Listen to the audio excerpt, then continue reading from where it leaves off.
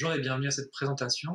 Moi, je m'appelle Léo Béranger, je suis allié du mouvement TD Quart Monde et je suis avec Frédéric Maillot qui est militant à TD Quart Monde. Est-ce que tu veux nous dire un petit peu, Frédéric, c'est quoi le mouvement TD Quart Monde? Oui, bonjour Léo, bonjour tout le monde. Le mouvement TD Quart Monde, c'est un mouvement de solidarité avec les plus pauvres. C'est pas un mouvement de charité, c'est un mouvement où on recherche à valoriser la dignité des personnes, redonner de la dignité aux personnes et valoriser la citoyenneté des personnes, reconnaître les personnes comme des citoyens, des citoyennes à part entière. Et comme activité, ce que nous faisons dans ce but de reconnaître les personnes et leur dignité, nous faisons la bibliothèque de rue, le festival des savoirs partagés, l'université populaire, des croisements de savoirs. Nous célébrons à chaque année le 17 octobre, qui est le jour, la journée du refus de la misère, la journée pour l'élimination de la pauvreté, de l'extrême pauvreté. Et alors, tu parlais un petit peu justement de l'université populaire, croisement de savoir. Tu peux dire un petit peu pourquoi c'est important pour le mouvement TD Quart Monde de reconnaître les savoirs des plus pauvres? Bien, pour nous, c'est extrêmement important que les personnes qui vivent la pauvreté soient reconnues comme des citoyens, des citoyennes à part entière dans toute la société. Et on considère que c'est important qu'on puisse participer aux décisions qui nous concernent. On considère que les citoyens, comme nous sommes citoyens comme tout le monde, on a droit de participer aux décisions qui nous concernent, on a droit d'être entendu, on a droit d'être pris en compte quand il y a des décisions qui sont prises qui vont avoir de l'impact sur nos vies ou sur notre réalité. Et c'est ça, on tient à être reconnu comme citoyen à part entière, citoyens et citoyennes, reconnus en pleine égalité avec tous les autres citoyens, et donc qu'on puisse contribuer et participer aux décisions qui nous concernent. Et alors justement, c'est à partir de ces idées-là qu'on a travaillé depuis un an sur un travail avec les universités populaires, avec les croisements de savoir.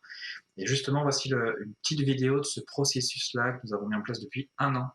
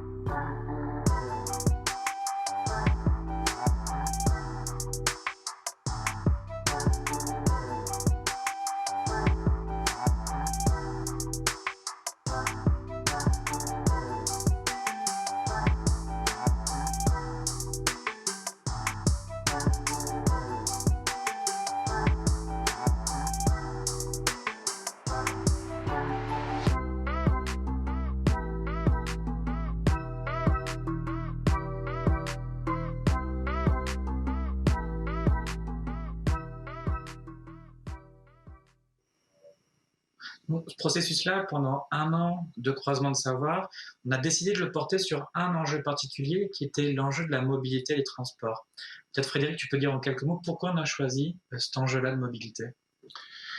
Oui, ben pour nous, en fait, l'enjeu de mobilité, ça représente un droit important, ça représente un droit essentiel.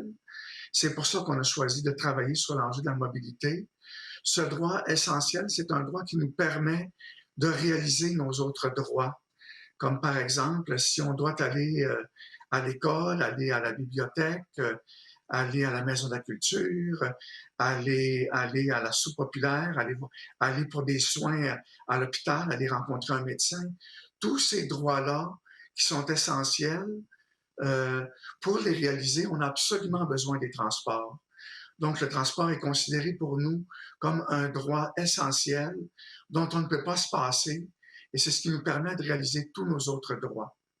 Et alors justement, c'est en partant de cette conviction-là qu'on a invité différents acteurs privés et publics de la mobilité, par exemple EXO, la STL, des personnes qui travaillent à la ville de Montréal, Communauto, Cyclo Nord-Sud, ou Solon, de travailler, de croiser les savoirs avec des personnes en situation de pauvreté.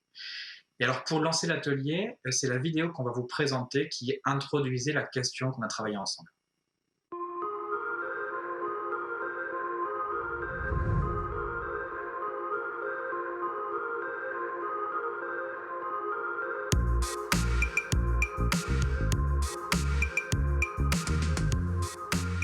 On n'a pas grand-chose sans transport.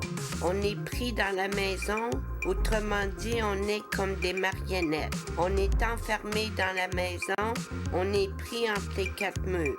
Il n'y a pas grand-chose qui peut se faire sans transport. Si c'est pas loin, on peut marcher, c'est bon pour la santé. Moi, je veux sortir de la ville. Moi, quand je peux pas aller en autobus et je veux me rendre quelque part, je m'arrange pour trouver une autre chose. J'emploie tous les transports possibles. Moi, j'ai beaucoup de déplacements parce que je participe à différents groupes communautaires. Et puis, je vais beaucoup à la soupe populaire le midi et le soir. Et je vais à la grande bibliothèque régulièrement, plusieurs fois par semaine la plupart du temps, ce qui fait que je me déplace beaucoup en ville. Ça nous permet de réaliser nos autres droits, aller à l'école, visiter des médecins, travailler, les loisirs, manger et pouvoir faire l'épicerie.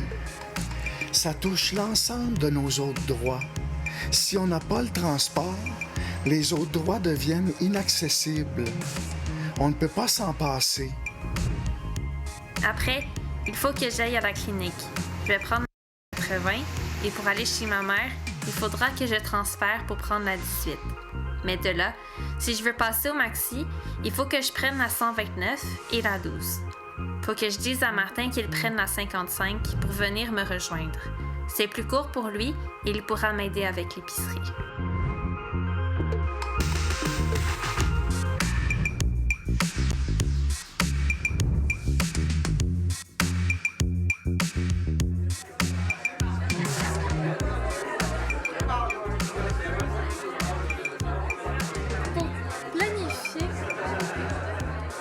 Pour planifier le prochain plan d'urbanisme de la ville, parlez-nous de vos expériences de transport. Vous, par exemple, le transport, vous le prenez pour faire quoi?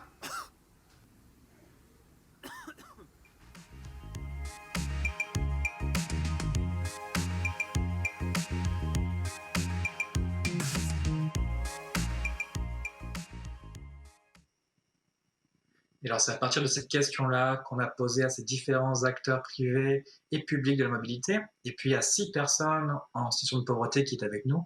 Pourquoi, pour quelles raisons les savoirs des personnes en situation de pauvreté ne peuvent pas être partagés ou a du mal à être transmis?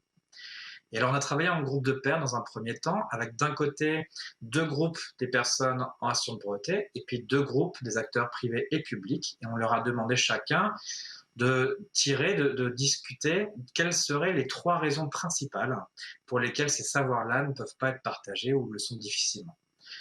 À la fin, on a travaillé en plénière, on a partagé les différentes raisons que chaque groupe avait trouvées, on a essayé de les mettre en commun, et voici dans la vidéo suivante les résultats de ce croisement-là.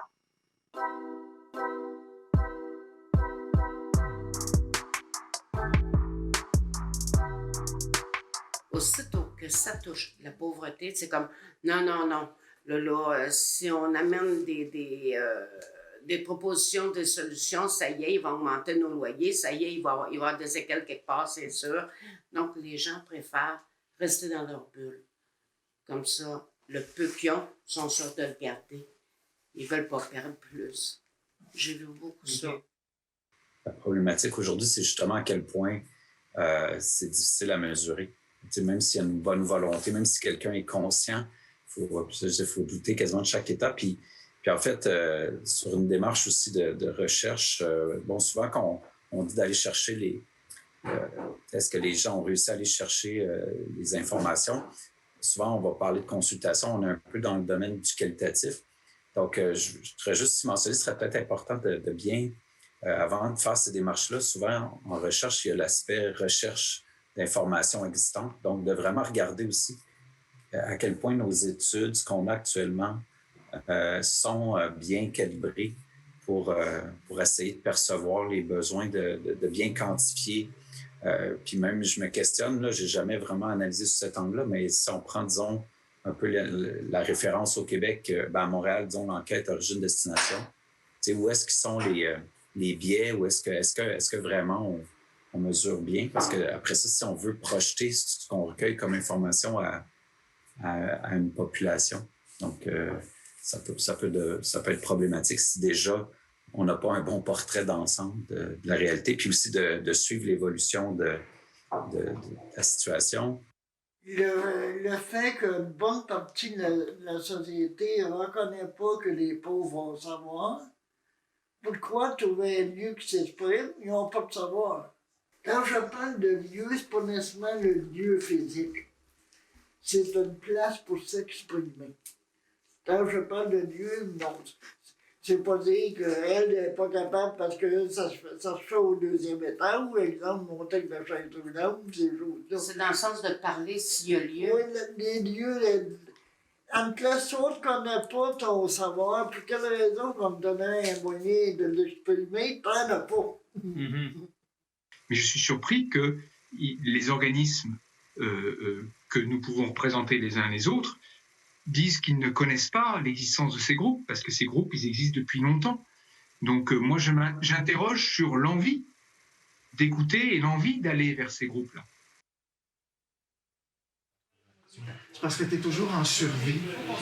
Et lorsque tu es en survie, c'est difficile de sortir la tête de l'eau puis de penser à la rencontre du grand monde, là, ou même des tiens, des gens dans les milieux communautaires.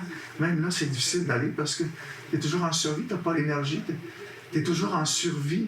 Et en survie, c'est difficile de survivre puis de penser, d'avancer. C'est difficile de te concentrer sur d'autres sujets que de te sauver toi-même, là. Puis tu es en souffrance, c'est difficile. Mais il me semble qu'il y a un élément qui manque d'une certaine façon. Je pense qu'ici, autour de la table, on est tous d'accord sur le fait qu'il y a un manque de reconnaissance, qu'il y a des droits qui ne sont pas reconnus, qu'il manque des instruments de lecture, etc., etc. Donc, je pense que là-dessus, on est tous d'accord. Mais de l'autre côté, par contre, on a des opérateurs de transport à laquelle la société ne demande pas de façon très marginale, nous demande de s'occuper de la pauvreté. Et toute bonne partie dépend des initiatives personnelles. Je parle ici des initiatives privées. Il y a nous, il y a les taxis, il y a le partage, il y a plein de briques des solutions de transport qui ne dépendent pas du pouvoir public et que donc, c'est juste parce que dans leur mission, ils se donnent d'être d'ouverture, d'essayer de contribuer à réduire les problèmes de mobilité liés à la pauvreté. Mais vice-versa, c'est pas ça que la société nous demande. Nos usagers nous demandent ça, pas ça. Nos actionnaires nous demandent pas ça. Et les villes et les pouvoirs publics, quand ils nous demandent ça, ils nous le disent, débrouillez-vous pour le faire. Premièrement, notre opinion ne peut pas être connue si on n'est pas sur des CA. Il faut qu'on soit plus sur des CA.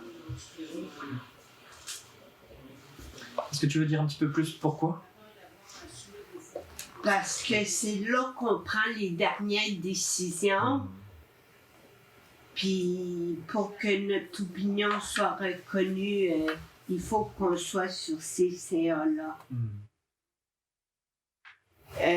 J'en reviens toujours à la ville, aux décideurs. Quand ils ont quelque chose à décider, la consultation envers les familles qui vivent la pauvreté, envers les gens qui vivent la pauvreté, ils ne sont pas consultés. Et ça, c'est dérangeant. Et quand tu parles du CA, là, ça commence aussi là. Parce que ta parole ne vaut presque rien. La reconnaissance n'est pas là pour ces personnes-là. On vit dans la ville, oui, on est là, on est en communauté, on est dans notre société, mais on fait juste exister et c'est tout. Comment est-ce qu'on peut accueillir ces savoirs-là qui sont différents? Comment est-ce qu'on peut adresser ça en réduisant en fait les préjugés, en réduisant notre incapacité à accueillir ça. Donc, c'est vraiment un travail à faire d'un côté de mieux accueillir, en fait, les différents savoirs qui peuvent être dérangeants dans une prise de parole qui est publique ou citoyenne, qui peuvent vraiment chambouler des idées préconçues. Ben, c'est pas vraiment ça qui est important. C'est le cœur de qu'est-ce que la personne a à dire qui est important. Là. La reconnaissance des personnes en situation de pauvreté et de l'importance de leur intervention. Parce que je trouve qu'il y a des informations cruciales et nécessaires qui ne peuvent être apportées que par les personnes en situation de pauvreté, parce que c'est elles qui vivent la situation. Puis des fois, si on ne porte pas attention à ce qu'ils disent, ça va rester dans l'ombre. Et il ne faut pas que ça reste dans l'ombre. Il faut que la société reflète l'ensemble, le reflète et réponde à l'ensemble des besoins des personnes. Et je trouve que la société doit répondre à l'ensemble des besoins de la population. Et il y a des informations cruciales comme ça qui vont être nécessaires, qui vont contribuer grandement à des changements majeurs, des changements importants qui vont apporter de la qualité de vie à l'ensemble de la population aussi. Et puis, il faut considérer les quartiers pauvres aussi. Il y a plusieurs quartiers pauvres à Montréal et il faut entendre ces gens-là. Et ce n'est pas toujours les représentants d'organismes qui sont en mesure d'apporter ces informations-là. Les plus en mesure, c'est les personnes qui vivent les situations et il faut tenter d'être à leur écoute puis de répondre à leurs besoins et leurs situations.